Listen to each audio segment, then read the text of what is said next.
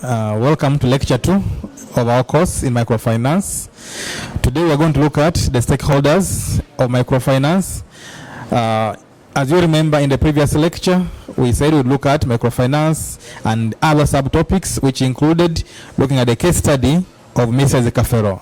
So today we want to look at the stakeholders in microfinance provision, and in that case, we want to see who are these people involved and how are they involved in the provision of microfinance services.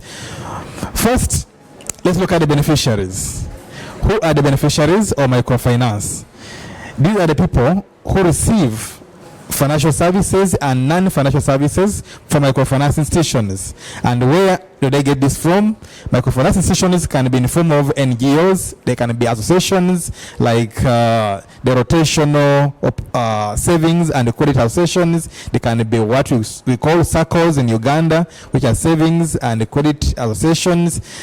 And this can also be banks, commercial banks, among others. And how does microfinance institutions, or how do they provide the services to these? We can look at the paradigms or the mechanisms. There is money coming in from the microfinance institutions to the beneficiaries, but also there is training coming up from the institutions to the beneficiaries in the form of capacity building. And these, you will note that they are the major stakeholders in microfinance provision. That's why I've given them big arrows.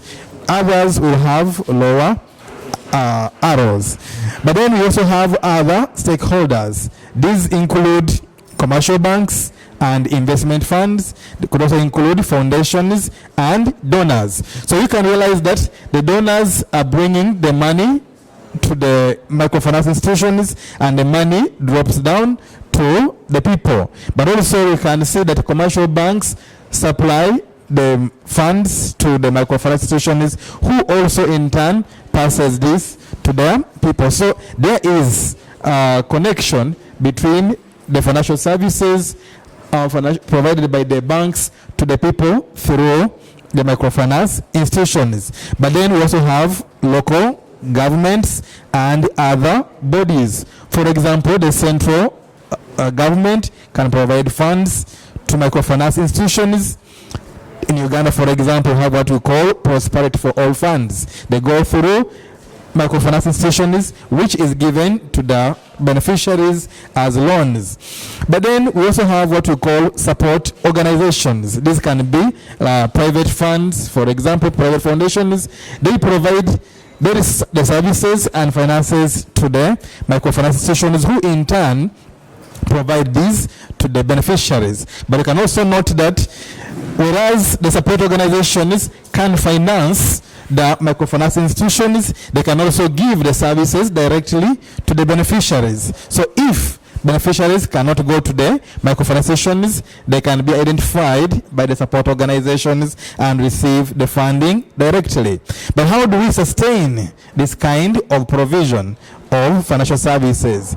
Because many times people think that microfinance institutions are philanthropy. They give welfare services and therefore you do not have to pay back. But also have to note that microfinance institutions deal with small scale business owners, small entrepreneurs, and therefore they give small loans. How do they sustain their operations in the process and in the competitions with other financial service providers? In that case, we're going to look at the conceptual framework of sustainability for microfinance institutions. I will take this triangle to represent the three core principles of sustainability for microfinance institutions. And one of them is outreach.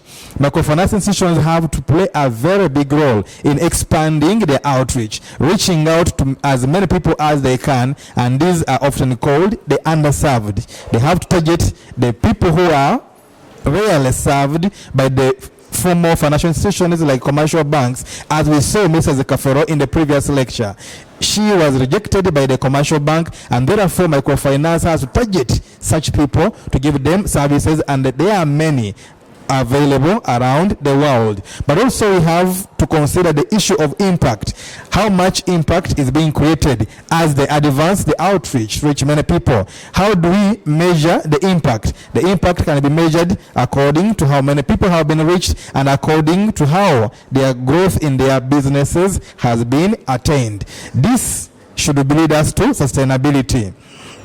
In other words, when we reach out to many people and there is impact that is realized in the service provision, in the provision of financial services and non-financial services, then we can say the microfinance is being sustainable.